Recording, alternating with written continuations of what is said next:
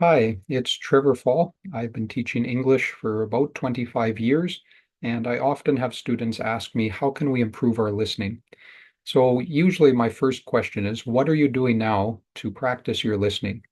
And the common responses are, I'm watching movies, I'm listening to podcasts, Netflix, YouTube, you know, and those are all places where you can be listening to English, but there's it's a slower process because you're going to be taking in information that's at various levels. Some people will be speaking quickly, some will be speaking slowly. You're going to hear slang and idioms. And usually with a movie or podcast, you don't usually rewind and listen to one section for 2 minutes or 3 minutes. Usually you're just watching it and relaxing. So it's more passive.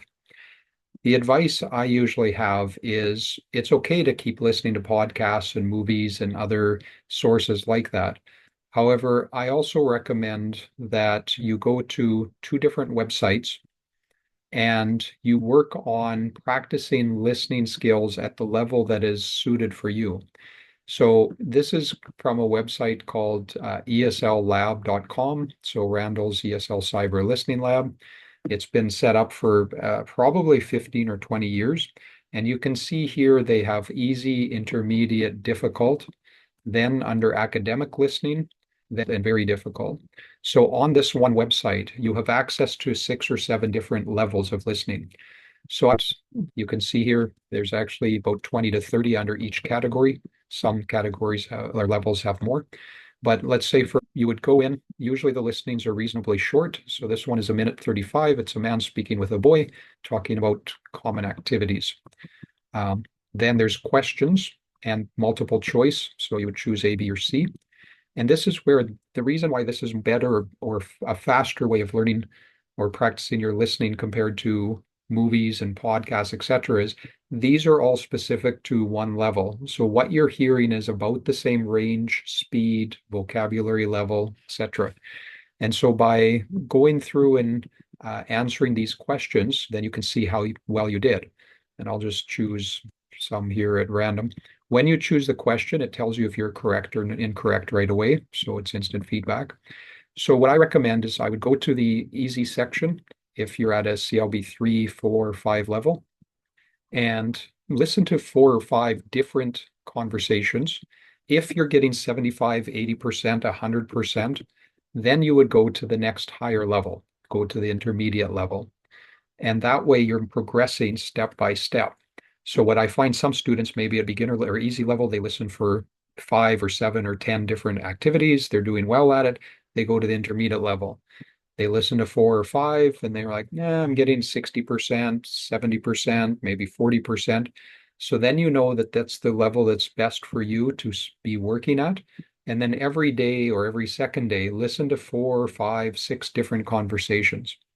And that way, over several weeks, you're going to be improving your listening at this intermediate level. Once you find that you're getting 70, 80, 85% correct, that's when you know it's time to move to the difficult level. And typically students find that maybe the beginning or easier levels takes them a couple of weeks, intermediate level, maybe 3, 4 weeks. But when they move to these higher, harder levels, now it'll take a bit more time, which makes sense because there's more vocabulary, faster rate of speed. But again, just work your way through 4 or 5 conversations every day. Takes you 12 minutes, 15 minutes. And that way you're steadily improving your listening in an active way, listening, answering questions at a level that's ready or appropriate for you. The second website is similar. It's from the British Council. And on this website, they use the Common European Framework system, which means they categorize it instead of beginner or easy and intermediate. They have A1 and A2, which is lower levels. So about CLB 3 or 4. Then 3, 4, 5 is A2. Then low intermediate is B1. Higher intermediate is B2. And similar to the ESL Lab website I just showed you, you would go in, you would listen to some of the conversations, requests from your boss, voicemail, booking a table, business cards. The nice thing here with this is the questions and answers are not just multiple choice. but they give you some exercises to prepare. They might give you some reading text to look at, and then they give you two different types of questions. Sorry, let me get rid of the ad. So here with task one, you're answering true, false questions. And again, you can listen to it several times. It's not a problem. And then with task two, they have fill in the blank. So a little bit more variety. And as you go through, A1, try to be getting 75, 80, 85%. You do 3 or 4 different ones, you're getting that level and getting most of them correct. Then you would move on to the next level, A2. Spend some couple of days or weeks there. So some students do ESL labs for a few weeks and then switch to the British Council. Some students do maybe Monday, Wednesday, Friday with ESL lab listening.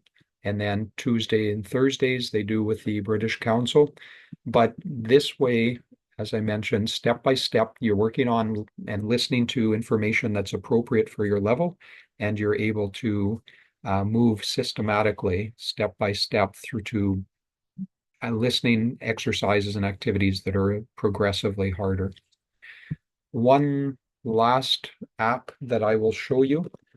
We've been promoting it, we meaning my wife and I, for a couple of years now, but it's called Merle, and it's made from the Canadian Broadcasting Corporation, CBC Radio, and it's free, and you can learn either French or English.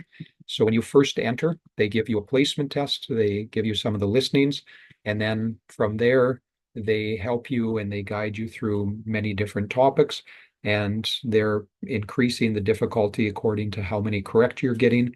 And that way, step by step, you can be, like it shows here, ordering from a restaurant menu, making a call in the language, and step by step getting to material and information that's a little bit harder. So here, this is their website, but they also have the app, and that could be another way of improving your English listening. So those are the strategies and tips that I have for you now and for listening. And I'll give you more tips and information about speaking, reading, writing as well in the weeks to come. Reach out in the comments below or contact me directly if you have other questions, and I'd be happy to help you.